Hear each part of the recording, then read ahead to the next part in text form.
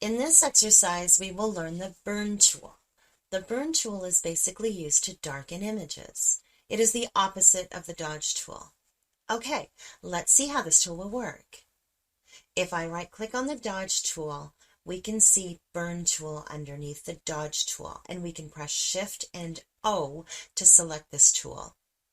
Okay, all settings are the same as the ones we used previously for the dodge tool. Okay, let's try painting on it now. Just a little bit, not too much. Now we can see its effect. It's darker now. This tool can also work on the original layer, but we can't use it on the new layer. All right, in the next exercise, we will learn the sponge tool.